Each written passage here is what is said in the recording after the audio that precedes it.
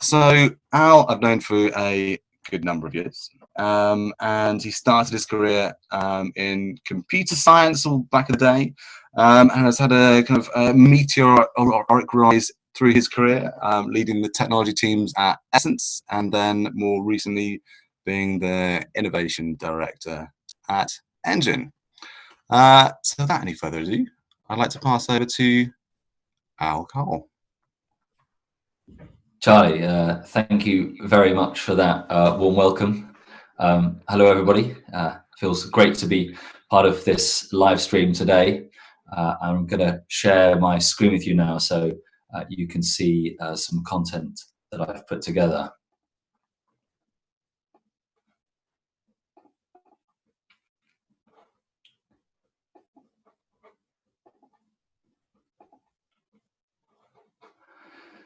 Great. I hope you can all hear me loud and clear, because I want to paint you a picture of where I see the future of conversational AI. And for those of you who haven't met Charlie Cadbury, let me give you a bit of an intro. Who is Charlie Cadbury?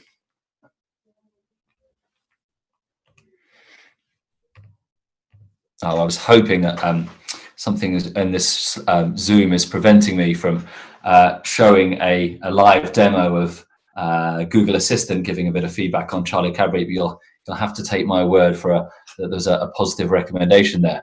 Well, the first time I met Charlie was on Tuesday, the 12th of August, 2014.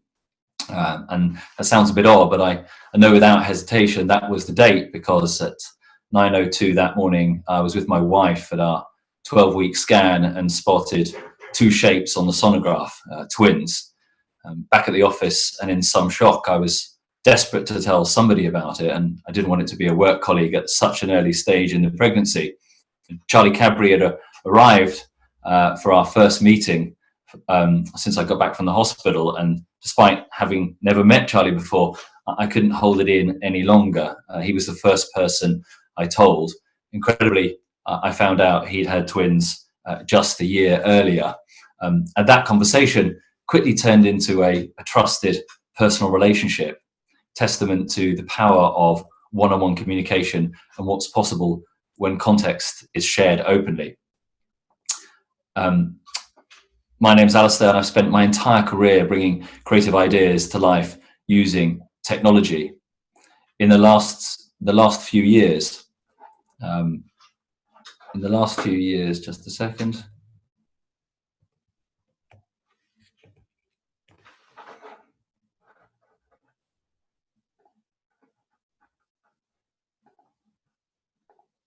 In the last few years, I've delivered digital innovation for many of the brands you've seen, for all of the brands you've seen on this slide, and many others. And in the last month, I founded my own venture, the Uplift Partnership.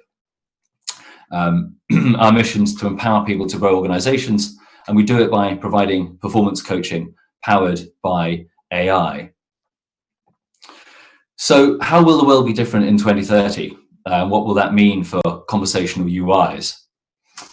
Quantum computing could be the biggest game changer, with seismic repercussions for hardware and software. Several countries are in the race for true supremacy that will upend everything from energy markets to military tactics. And if it's here by 2030, it would have catalyzed an exponential improvement in conversational AIs. Artificial intelligence can already detect more than 50 eye diseases better than doctors, and has comparable levels of comprehension to a 16-year-old. By 2030, AIs will be capable of learning every single piece of public information generated, and this understanding will fuel the improvement of conversational UIs through supercharged natural language processing. Automation will mean very few humans are employed in manufacturing, agriculture, or transportation. And by 2030, self-driving vehicles will dominate the roads, and 30,000 commercial drones, will be operating in American airspace. Conversational UIs will enable frictionless command and control across the entire fourth industrial revolution. Healthcare today uses selfies to predict skin cancer and changes in your voice to indicate early onset Alzheimer's. by 2030, we'll see nanobots the size of red blood cells go inside human bodies and perform cellular repairs. Machines will replace 80% of doctors, and conversational UIs will deliver bedside manner as well as diagnoses. Transhumanism will have gathered pace as humans become closer hybrids with technology. And by 2030, we'll have smart contact lenses with tiny projectors and cameras built in. These will sync with nearby computers to give us real-world augmented reality displays, all controlled by voice. Communication is being rewritten. Already, 27% of online global population used voice search on mobile. And by 2030, brain implants will augment natural senses and enhance higher cerebral functions like memory, learning speed, and overall intelligence. Most communication will be between humans and machines. And so now to the talking 20s. As we enter this decade, what will be the key drivers of change and opportunity? The first of 5 is ubiquity. By 2030, there will be as many digital voice assistants in use as there are people living across the world. Availability will be absolute. The pervasiveness of voice. As Charlie said, voice assistants are already in use in 1 in 4 UK homes, and they are going to become truly ubiquitous outside the home as well. Harley-Davidson will soon become the first motorbike to support Android Auto, and it's anticipated that by 2020, 73% of drivers will use an in-car voice assistant. As of November last year, the Alexa voice service runs on devices with only 1 megabyte of RAM, 1/100th of the previous requirement. So expect to see a plethora of new single-purpose devices with Alexa functionality. And voice UIs will be built into all digital devices and even non-digital ones. Asking Google Assistant questions in India no longer requires internet access. The search giant partnered with Vodafone to create a free, dedicated mobile line so users can connect with the voice assistant from any phone.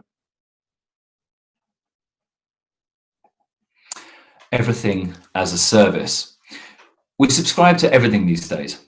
Content, food, coffee, cleaning products, office space, and even sex toys. And the Royal Mail forecast that the value of the subscription market will have increased 72% over the 5 years to 2022. The age of the super app is here. Conversational assistants are already capable of arranging our on-demand, multi-threaded lives. One prerequisite for success in the coming 10 years will be the availability of on-demand services and their adaptability to the context in which they operate. As we build business models, brands, propositions, and products, we should all be aiming for everything as a service. 2, teaming. By 2021, Gartner predicts that 70% of organizations will be using AIs to assist employee productivity, irrespective of where they're operating. Voice is set to become a highly valuable team member. In delegation, Do Not Pay is a legal tech app made up of 1,000 chatbots, supported by IBM's Watson. This AI-powered legal counsel can get you a refund for airplane Wi-Fi that doesn't work, avoid parking tickets, or even unsubscribe to a service you no longer use.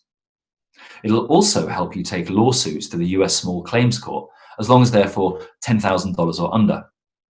The app claims to be successful around 50% of the time, with an average recovery of around $7,000. Their latest feature, Robo Revenge, is unquestionably my favorite. If an automated robocaller phones you, you simply give them a virtual credit card provided by Do Not Pay. This card collects the robocaller's details and allows you to sue for up to $3,000 a call. Talk about conversational karma. And collaboration. AI call center technology can already analyze the speech patterns of callers and match them with human operatives who have compatible personality types. Matching a person with a compatible personality results in a successful call that lasts half the time versus that with a person who has a conflicting personality type. And between now and 2030, Voice UIs will be used to deliver large parts of traditional call center customer service operations. As this is implemented, the handovers between humans and AIs will have to be smooth and clearly signposted. Pretty soon, we'll see three-way conversations. And as we increasingly collaborate with AIs, they'll evolve beyond being purely reactive to offering proactive suggestions. Trust. The world's top analysts predict a 75% year-on-year growth for voice commerce, and that £32 billion will be transacted through voice in 2022. But how will that be possible in a world where there's clearly been a loss of trust? Edelman's 2019 Trust Barometer found that 81% of customers see trust as a deal breaker in their buying decisions. Trust has been eroded in politicians, in institutions, in companies, and in brands. And trust in big tech is fragile in the wake of data and privacy scandals. Fake news has further undermined our trust in supposed facts, and so people are shifting their trust to relationships within their immediate control. So how can we build trust between now and 2030? Firstly, through consistency of brand codes and messaging. Secondly, by delivering the promise of great customer experience, still absolutely paramount for marketers. And thirdly, by being human. It's easy for people to be spooked or threatened by machine perfection, and showing vulnerability and imperfections can make customers more trusting of brands and experiences. And we're likely to see the return of philosophy and language degrees. Graduates schooled in ethical decision-making will be required to help AIs as they evolve. And secure transactions. We've seen time and again how new technologies do have the ability to re-establish trust. Since it launched Voice ID in 2018, HSBC has spotted around 15,000 fraudulent calls and saved UK customers the equivalent of £330 million. Sophisticated software analyzes more than 100 voice and background noise characteristics to check it's the genuine person. And because these unique markers make each voice like a fingerprint, it's nearly impossible for fraudsters to copy. The demise of numeric pins has begun.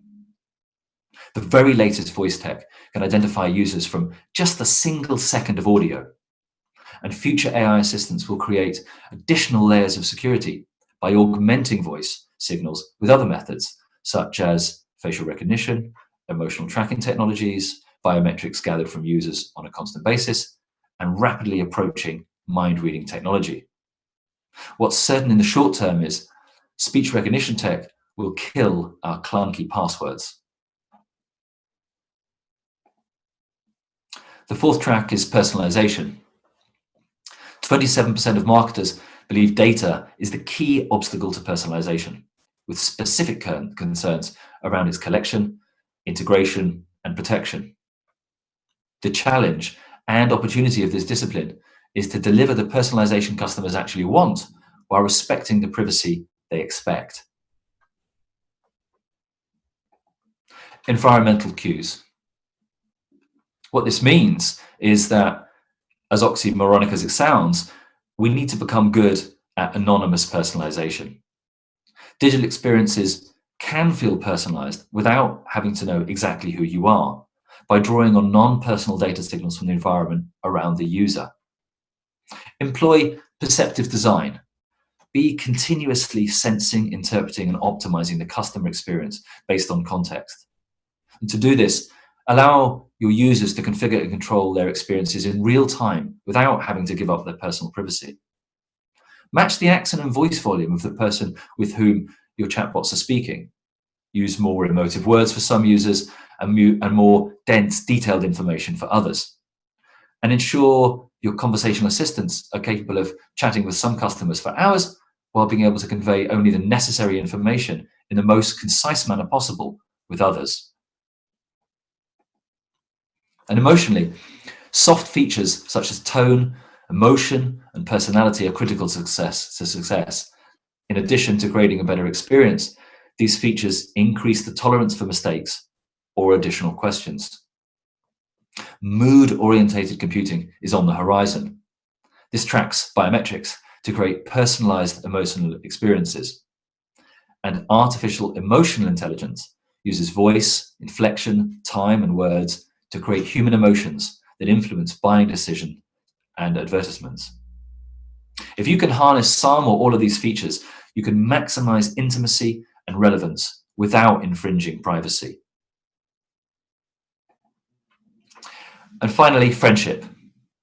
As technology gets smarter and becomes more intuitive, it will naturally influence how we build relationships with AIs, with each other, and with the world around us. Empathy is when things start to get serious between humans and their voice AI companions. The next iteration of conversational UIs will be caregivers, flagging potential health issues using emotional recognition and biometric monitoring. Amazon filed a patent just 18 months ago to detect physical and emotional well-being based on voice interactions. AIs will recommend a glass of water if you're thirsty, or perhaps a moment of Zen if you sound stressed out. And we'll also trust these devices to care for our children. According to Accenture, 39% of us trust intelligent devices to monitor babies and children and make adjustments to surroundings based on comfort and security. And by 2030, the number of over 60s will be up 56% to 1.4 billion globally. With this massive demographic shift comes increased demand that human caregivers simply won't be able to meet. And voice technology will play a huge role in caring for the world's aging population.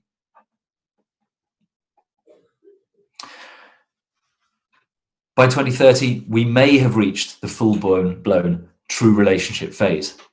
Films such as Her and Blade Runner 2049 show the types of deep emotional interactions we're likely to have with technology in the future. Voice AI will become a friend or even a partner, and we'll be comfortable sharing our emotions with it. Q, a genderless digital AI voice launched a year ago, had the intention of ending gender bias in AI assistance. And ideas like Q will increase the widespread adoption of conversational AI and help foster more and better human-machine relationships. For some, these companions will supplement their human relationships, while for others, voice AIs may become their predominant and grounding relationship. Sadly, nearly half of Americans report experiencing feelings of loneliness, and this trend is most pronounced amongst younger audiences and generations. In the face of increasing global loneliness, there's a growing opportunity for voice AI to fill this void and provide companionship to those who sadly lack it. I want to finish by drawing a line back from 2030 through the Talking 20s and back to the decade that just closed. In September 2019, the Harvard Business Review published an article on the top 20 business transformations of the last decade. This list was headed by the likes of Netflix, Adobe, and Amazon.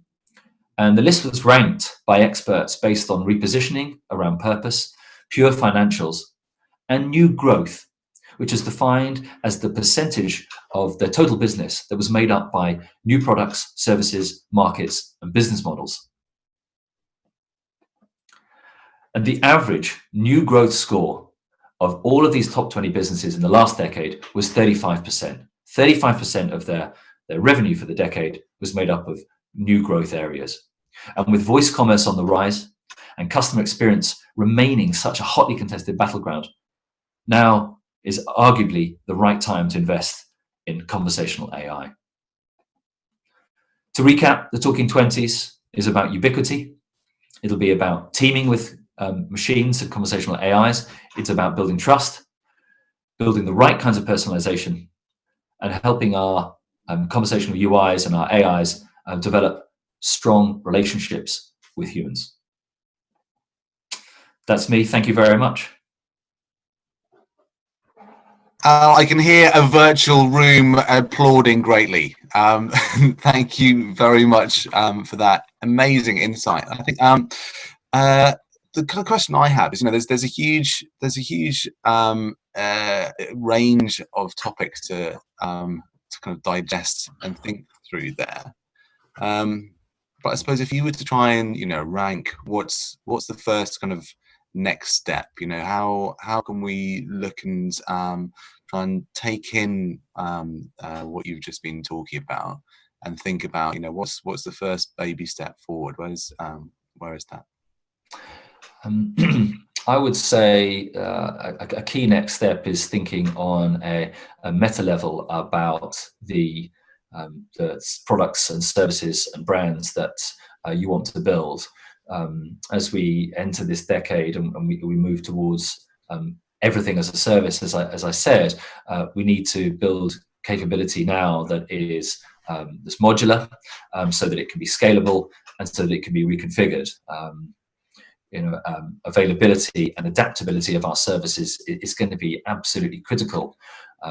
And this coming decade, everything's going to need to be broken down into microservices. So as we think about the evolution of technology from software as a service to platform as a service, infrastructure as a service, and even data as a service, we need to ensure that we're being smart about how we're planning and building. So for people interested in building conversational AIs, should be ensuring that your natural language processing database is the same for your chatbot as it is for your voice skill, so that you're smart and modular and efficient. Ace. Well, I'd like to thank you very much for putting all this together. I think it's been incredibly insightful, and I think